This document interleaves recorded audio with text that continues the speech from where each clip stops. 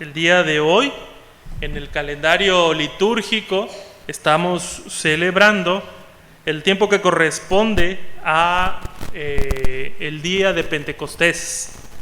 Así que tanto hoy en la mañana como en la tarde, si Dios así lo permite, vamos a estar escuchando mensajes o meditaciones sobre la persona del Espíritu Santo. Primero, hermanos, quiero comenzar diciendo que para los cristianos del siglo XXI, la iglesia puede ser algo prescindible, algo de lo que ellos puedan decir, pues puedo tenerla o no puedo tenerla, no pasa nada. Hay un día, o puede haber un día en el que alguna de las personas que viene a la iglesia diga, pues yo ya no quiero seguir yendo, y pues simplemente dejar de ir a la iglesia. O algún día uno de los asistentes o nosotros mismos podemos decir, ya no me siento cómodo en la iglesia porque no se ha hecho parte de lo que yo creía y me voy. Asimismo, hermanos, algunos de los que estamos aquí en la iglesia, si dejamos de ver a alguno de nuestros hermanos por algún tiempo, podemos decir, bueno, el hermano ya se veía que andaba frión, ¿no? Y no preguntar ya más por él. O podemos decir, pues ya supe que anda en malos pasos, de seguro por eso se fue el hermano. Pero para la iglesia, hermanos, para la Biblia, la iglesia no es cualquier cosa, hermanos.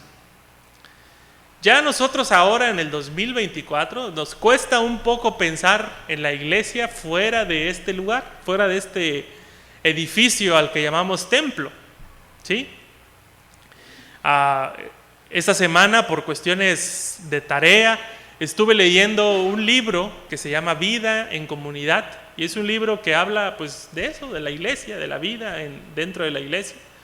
Y me asombra mucho lo que pensaba el autor de este libro acerca de la vida en comunidad, porque me da la apariencia que los cristianos de este siglo en el que estamos, pues hemos perdido un poco la noción de la iglesia.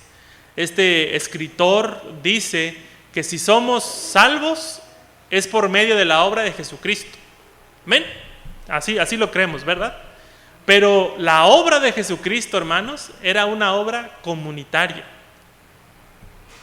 El versículo 26 del capítulo 15 que leímos dice que el Señor Jesús estaba diciendo a sus discípulos que les iba a enviar al Consolador. Y en el versículo 7 del capítulo 16, el Señor Jesucristo vuelve a decir, les enviaré a ustedes. Así que en estos dos versículos que acabamos de leer, podemos darnos cuenta, hermanos, que el Espíritu Santo, la persona del Espíritu Santo, no iba a ser enviado a una persona en particular, sino iba a ser enviado a los discípulos de Cristo. Hoy en día, hermanos, la teología del Espíritu Santo ha cobrado cierto renombre, ha cobrado cierta fuerza, porque en algunas congregaciones se ha empezado a hablar de ello, ¿sí? Incluso hay una canción que me gusta, ¿verdad? Pero dice la canción así, más o menos, bienvenido Espíritu Santo. Y en esa canción uno puede dar por hecho de que el Espíritu Santo no estaba aquí y de repente le dimos la bienvenida. Pero lo que dice la teología de la Biblia es que el Espíritu Santo está en la iglesia. El Espíritu Santo está en la iglesia. No se ha ido nunca, hermanos. Cuando Jesús sube al cielo, le dice a sus discípulos que no se vayan de Jerusalén, que se esperen y que va a enviar ahí al Espíritu Santo. Y probablemente alguno de ustedes conozca este relato. Están los discípulos en el aposento alto, en un cuarto, están orando cuando de repente un fuerte viento irrumpe en el lugar y cae o desciende sobre cada uno de los que estaban ahí lenguas de fuego o llamas, podríamos decir, unas flamas, ¿sí? Así que el Espíritu Santo, hermanos, ha buscado manifestarse en la vida de la iglesia. Por eso, hermanos, es importante que los cristianos no perdamos de vista, el sentido comunitario de la vida cristiana. No hay vida cristiana fuera de la iglesia, hermanos. Espero no hacer enojar a nadie, pero no hay vida cristiana fuera de la iglesia. Quien piense, hermanos, que puede vivir una vida cristiana fuera de la iglesia, está en un rotundo error. El autor de este libro, que se llama Vida en Comunidad, dice y hace referencia al apóstol Pablo escribiendo desde la cárcel y diciendo: cuánto me gustaría estar con vosotros. O también al escritor Juan, en la segunda carta de Juan, diciéndole a los que escribe: y yo espero algún día poder estar con ustedes y decirles esto de viva voz, y ya no por tinta y papel. Entonces hay en los escritores bíblicos un deseo intenso por participar de la vida en la iglesia. La vida que estos escritores anhelan, hermanos, que es la vida en comunidad, es probablemente la vida que muchos de los cristianos despreciamos hoy en día. Que muchos de los cristianos decimos: pues si voy a la iglesia está bien, y si no voy, también. El sello distintivo, hermanos, de la iglesia de Cristo es el Espíritu Santo. Ese es el sello distintivo. Nosotros, como iglesia del Buen Pastor, tenemos una doctrina o un artículo de fe que dice lo siguiente: creemos que el Espíritu Santo está siempre presente y eficazmente activo en la iglesia de Cristo. Así que para nosotros, hermanos, como cristianos del Buen Pastor, el Espíritu Santo está siempre presente y eficazmente activo en la iglesia. ¿Qué es lo que está haciendo el Espíritu Santo en la iglesia, hermanos? Eso lo vamos a ver ahorita más adelante. Pero no quisiera, hermanos, pasar al siguiente punto del sermón si no queda claro este primero. Y este primero es, hermanos, que lo que nos distingue como cristianos es que el Espíritu Santo mora en medio de nosotros. Es un misterio cómo logra pasar esto. Pero es en medio de nosotros, hermanos, que el Espíritu Santo se manifiesta. Por lo tanto, hermanos, nosotros como cristianos no deberíamos menospreciar el lugar en donde el Espíritu Santo ha decidido actuar. Los que están casados, hermanos, quiero que piensen en esto un momento. ¿Qué pasaría si de repente una persona se les acerca y les dice: hermano, hermana, usted me cae bien, lo quiero mucho, pero a su esposa o a su esposo no lo tolero ni lo quiero ver? ¿Qué diríamos, hermanos? ¿Es halago o es insulto? Seguramente nos sentiríamos ofendidos, hermanos. Nadie de nosotros se sentiría a gusto de que una persona nos diga que a nuestra pareja, a nuestra esposa, esposo, no le cae bien, que no la soporta. Por lo tanto, hermanos, nosotros como cristianos no tenemos el permiso para decir que no nos gusta o no soportamos el lugar en donde Dios ha decidido que su Espíritu more. Somos templos del Espíritu Santo, dice Pablo allá en la carta a los Corintios. Eso significa, hermanos, que cuando nosotros estamos reunidos y la gente se asome por ahí, debe poder saber que aquí está el Espíritu Santo. ¿Sí? No somos templos a la música, ¿verdad? Que cuando se asome la gente diga: ¡ah, qué bien cantan! Ni tampoco somos templos a los sermones, que cuando venga la gente diga: ¡qué bien predican! ¡Qué bien dan clases ahí en esa iglesia! No. Somos templo del Espíritu Santo. Y el Espíritu Santo debe dar testimonio, hermanos, de que nosotros estamos viviendo conforme a la voluntad de Dios. El Señor Jesús le dice a sus discípulos en el versículo 16 que todas estas cosas de las cuales Él está hablando, que estas cosas son que Él va a morir, ¿verdad? Pronto va a morir, le está diciendo a sus discípulos: todas estas cosas se las estoy diciendo ahorita porque si se las hubiese dicho antes, no la hubieran soportado. Así dice el Señor Jesús. Y a mí, hermanos, una de las cosas que me gustó a la hora de estar leyendo este pasaje es cómo el Señor Jesucristo, como Señor de la iglesia, como dueño de la iglesia, hace provisión para nosotros. No sé cuántos de ustedes ya hicieron su testamento, hermanos. ¿Ya hicieron testamento de sus propiedades? Nos decía una persona que nos dio una plática sobre esto, que el no hacer testamentos trae juicios larguísimos por las propiedades, y que incluso algunas propiedades se dan por perdidas, ¿sí? Porque la persona no hizo su testamento, no hizo una provisión de a quién le iba a quedar las cosas. Pero el Señor Jesús, hermanos, es un buen Señor, es un buen dueño. Antes de morir ya había hecho su testamento, ya había hecho su provisión. Nos dice en el versículo 4 del capítulo 16: sin embargo, esto no se los había yo dicho al principio, porque yo estaba con ustedes. Pero ahora que el Señor Jesús empieza a hablarles de los días malos que vienen, ahora el Señor Jesús tiene que empezar a hablarles del Espíritu Santo. Tal vez, hermanos, como iglesia, en algún punto de nuestro caminar, nos vamos a enfrentar con situaciones difíciles y dolorosas, hermanos.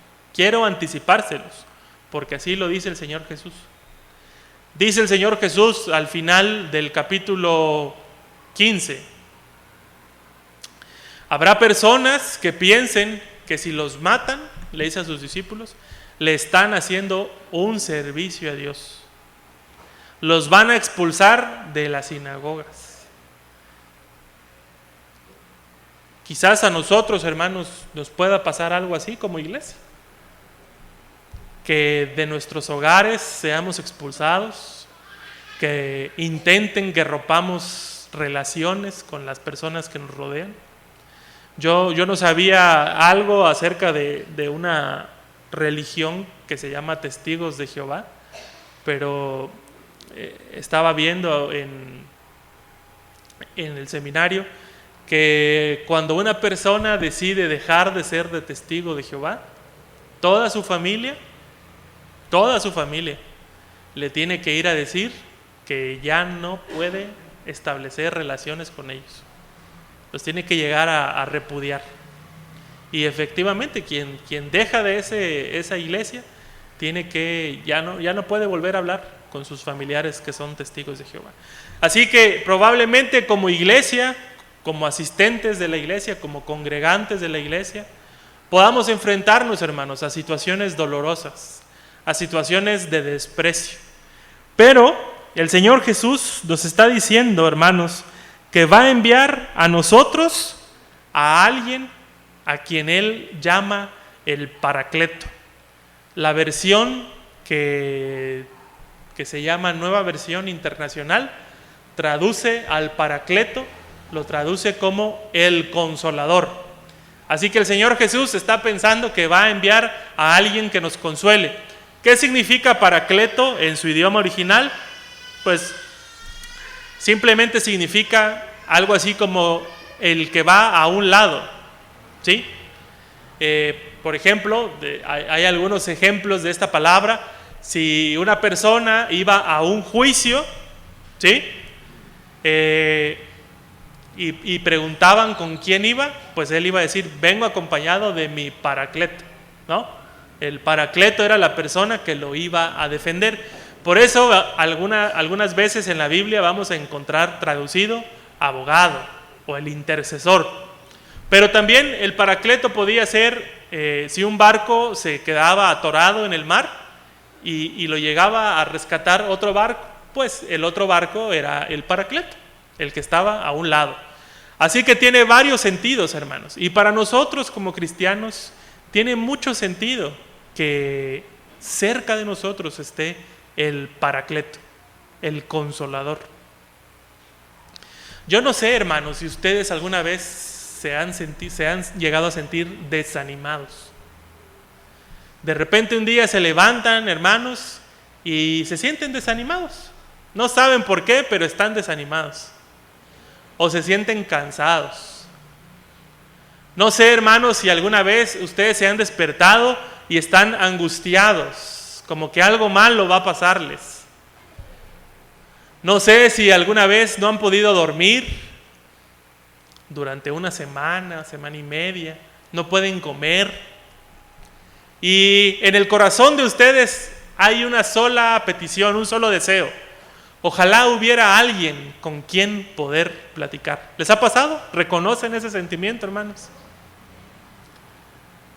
Lo que Jesús nos está diciendo es que para nosotros, su iglesia, no tenemos por qué pensar, ojalá hubiera alguien con quien platicar. Porque cerca de nosotros, hermanos, está el Espíritu Santo. Cerca de nosotros, en esos momentos de dificultad, en esos momentos de tristeza, de angustia, se encuentra el Espíritu Santo. Yo a veces, hermanos, me he sentido desanimado, sobre todo en estas últimas semanas. No me había sentido bien, ni físicamente, ni espiritualmente. Me sentía mal. Y pensaba en el trabajo, ¿sí? Trabajo secular, y luego pensaba en el hecho de que tenemos que venir aquí a Berriozábal, ¿verdad? Todo lo que implica hacer el movimiento. Y decía, no hay ni un solo día de descanso para mí. De lunes a viernes en el secular, sábados y domingos en la iglesia. Estoy cansado físicamente, ya no tengo ganas de leer mi Biblia porque pues estoy cansado, ¿verdad? No tengo ganas de orar. Y pensaba en eso porque pues no me había estado sintiendo bien. Y cuando estoy leyendo esto, hermanos, cuando me toca leer este pasaje, algo dentro de mí se llenó de entusiasmo y de decir, es cierto, me he sentido cansado, me he sentido mal espiritualmente porque he intentado hacer las cosas en mis propias fuerzas. Pero si los cristianos pudiéramos recordar, hermanos, que no estamos caminando solos este camino, creo que estos sentimientos de pesar, estos sentimientos de abandono se irían disminuyendo y se irían desapareciendo, porque es el Señor quien está caminando al lado nuestro a través del Espíritu Santo. Yo no sé, hermanos, espero no ser el único, ¿verdad? Pero hay veces, hermanos, que estamos orando o cerramos los ojos porque intentamos orar, y mientras estamos ahí, hermanos, no sabemos qué decir ni qué pedir, ¿sí? Porque si pedimos una cosa, significa que perdamos la otra. O simplemente no sabemos qué orar. El apóstol Pablo en Romanos 8:26 nos dice, asimismo, el Espíritu en nuestra debilidad acude para ayudarnos. No sabemos qué pedir, pero el Espíritu mismo intercede por nosotros con gemidos que las palabras no pueden expresar. El Señor Jesús, hermanos, nos dejó algo o alguien que puede ayudarnos, hermanos, incluso en aquellos momentos de nuestra vida en donde ni siquiera las palabras, hermanos, son suficientes para expresar lo que queremos delante de Dios. Hay veces que las palabras no salen cuando queremos orar, hermanos. Estamos delante de Dios y no sabemos ni qué decir.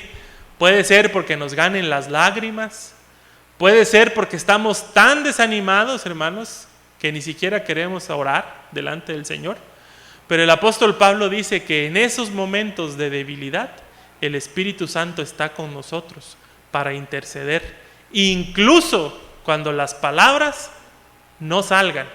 Incluso, hermanos, yo me imagino este pasaje, cuando dice con gemidos indecibles, me imagino cuando nosotros o cuando nuestros hijos están llorando y nada más hacen así ¿Han visto a sus hijos llorar así? Que no pueden parar de llorar, o nosotros mismos a veces no podemos parar de llorar. Pues ahí, hermanos, en esos gemidos indecibles, el Señor escucha nuestra oración a través del Espíritu Santo. Esto nos debe fortalecer, hermanos, como cristianos. No estamos solos. No estamos solos. El Espíritu Santo en nuestras vidas es un espíritu de consuelo, de ánimo. Hay situaciones, hermanos, muy complicadas en la vida de la iglesia. Puede ser que estemos atravesando por un problema de salud grave, nosotros o alguien más. Puede ser que estemos atravesando por un problema familiar, nosotros, en la familia nuclear o alguien conocido. Y no encontremos la salida, hermanos. Y lo único que podamos hacer sea apachurrarnos, como decimos de manera coloquial, sentirnos desanimados. Pero aún ahí, hermanos, en esos momentos de debilidad, en donde creemos que estamos solos, en donde creemos que no va a haber luz en medio de la oscuridad, la promesa del Señor Jesús es que ahí está con nosotros el Espíritu Santo.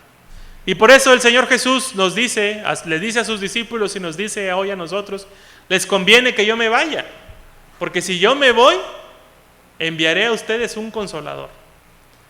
Gracias a Dios, hermanos, por el consuelo que nos da a través de su Espíritu Santo. Finalmente, hermanos, algo más que hace el Espíritu Santo, porque este sermón lo he titulado Consuelo y Verdad. Algo más que hace el Espíritu Santo, hermanos, es dar testimonio. La palabra que el escritor Juan utiliza para testimonio es la palabra martireo, que probablemente ustedes conocen como mártir, ¿verdad? Es la misma palabra que se utiliza aquí para dar testimonio. Y el Señor Jesús dice que el Espíritu Santo va a testificar y nosotros mismos también lo haremos. Es decir, vamos a dar testimonio de lo que el Señor hace. Hay un error en el mundo, dice el Señor Jesús, y el Espíritu Santo los va a convencer de ese error. El error consiste en dos cosas, hermanos. El primero de esos errores es el pecado y el segundo es la injusticia. Y el pecado, hermanos, ahora, de acuerdo al evangelista Juan, el pecado consiste en no creer. En eso consiste el pecado, en incredulidad. Y el Espíritu Santo, hermanos, va a dar testimonio, va a dar convicción de que estamos o que están en un error. Yo pienso en esto, hermanos, como un aliento para la iglesia. En ocasiones, cuando presentamos el Evangelio a otras personas, decimos, ¿por qué no se convierten? ¿Por qué si ya le hablé no se convierten? Y por alguna razón, hermanos, nosotros pensamos que tenemos cierto labor, cierto trabajo de convencimiento. Y queremos meterle al Evangelio, hermanos, al evangelismo, queremos meterle algunas estrategias de marketing, ¿verdad? ¿Qué pasaría si en vez de este púlpito que tenemos acá, ahora ponemos una mesita, ¿verdad? Y si aquí atrás de donde yo estoy ponemos una cruz que tenga luces, ¿verdad? Climatizamos el área. ¿Vendrían más personas? Seguramente sí. Se vería moderna la iglesia. Pero las estrategias, hermanos, para atraer gente a la iglesia son muy diferentes a las estrategias que tiene el Espíritu Santo. Porque el Espíritu Santo lo que hace para que una persona se añada a la iglesia es convencerlo de pecado. De eso lo convence el Espíritu Santo. No le convence de que en nuestra iglesia se dan los mejores conciertos. Una iglesia en Monterrey, una iglesia muy grande, decían, no me consta porque nunca fui, pero decían que cada domingo llegaba algún artista diferente ahí. Uno de los hermanos que iba ahí decía, un domingo llegó Marcos Vidal, el otro domingo llegó Danilo Montero, ¿sí? Entonces, como que los hermanos decían, hoy no estuvo muy bueno el invitado, ¿verdad? Como que no nos la pasamos muy bien. Había una iglesia, hay una iglesia porque no ha desaparecido, que está en el centro de convenciones más grande de Monterrey, se llama Cintermex. Y pues es un centro de convenciones donde se hacen conciertos, está climatizado, tiene butacas, tiene un escenario grandísimo. He visto sus videos de propaganda, ¿verdad? Donde invitan a cómo ir a la iglesia y está muy bonito. Pero la estrategia del Espíritu Santo, hermanos, no consiste en las estrategias que nosotros utilizamos. La estrategia del Espíritu Santo es convencer al mundo de pecado. Y de eso tenemos que dar nosotros también testimonio. ¿Les parece, hermanos, que la iglesia del Buen Pastor en Berriozábal ha dado testimonio de la verdad? ¿Damos testimonio de la verdad, hermanos, en donde nos reunimos? ¿En donde estamos? Pareciera que nosotros somos testigos de verdad. A veces parece que no, hermanos. A veces parece que nosotros queremos seguir los mismos lineamientos que sigue el mundo que no conoce a Cristo. Por eso es necesario que el Espíritu Santo esté delante de nosotros y entre nosotros, para que podamos vivir de acuerdo a la verdad. Finalmente, hermanos, el Señor Jesús habla de la injusticia. La injusticia para el Señor Jesús dice que va a verse reflejada cuando Él ascienda al Padre. Y es que, hermanos, la gente, los judíos, iban a matar a Jesús y Jesús iba a morir en una cruz como si fuera una persona injusta. La cruz estaba destinado para aquellos delincuentes, los peores. Por eso la Biblia dice que era maldito el que moría colgado de un madero. Pero el Señor Jesús no quedó en el madero. El Señor Jesús resucitó y ascendió al Padre.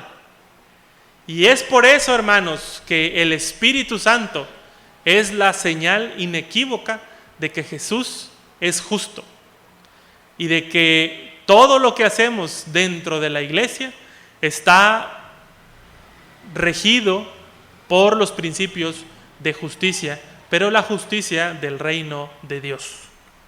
El Espíritu nos guía a toda verdad, hermanos, porque el Espíritu, dice el Señor Jesús, toma de lo que es mío, oye lo que se habla entre el Padre y el Hijo y lo transmite hacia nosotros. Así que, hermanos, hermanas,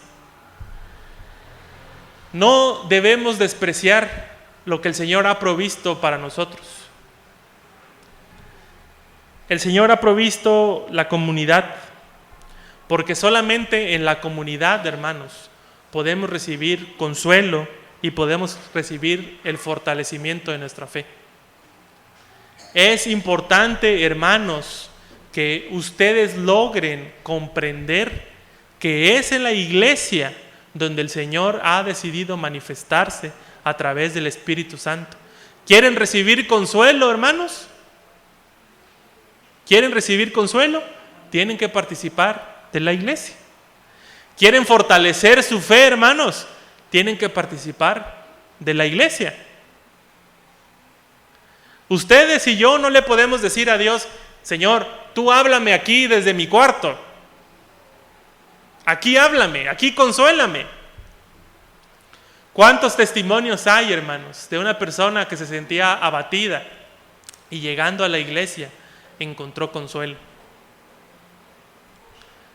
El primer domingo que yo regresé a Monterrey, después de que falleció mi papá, el pastor que estaba en la iglesia era el pastor titular.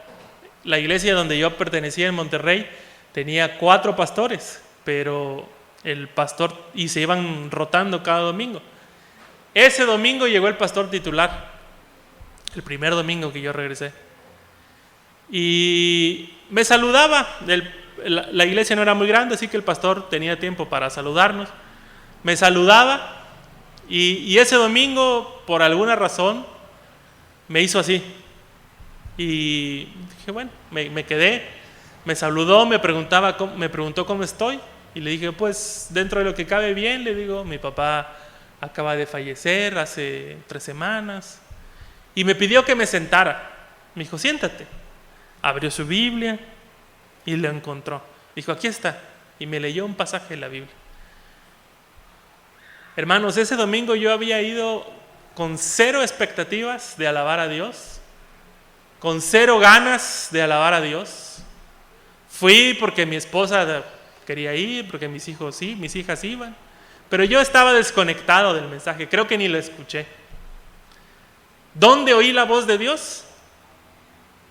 En el consuelo del pastor en esa mañana. Si ustedes piensan, hermanos, que oyen la voz de Dios solo cuando hay predicación, están dejando pasar, hermanos, el poder de Dios que se mueve libremente entre nosotros, ¿verdad? Para darnos consuelo. A veces pensamos, solamente si el pastor me habla me va a consolar, pero algún hermano de aquí puede darnos el consuelo que nosotros necesitamos.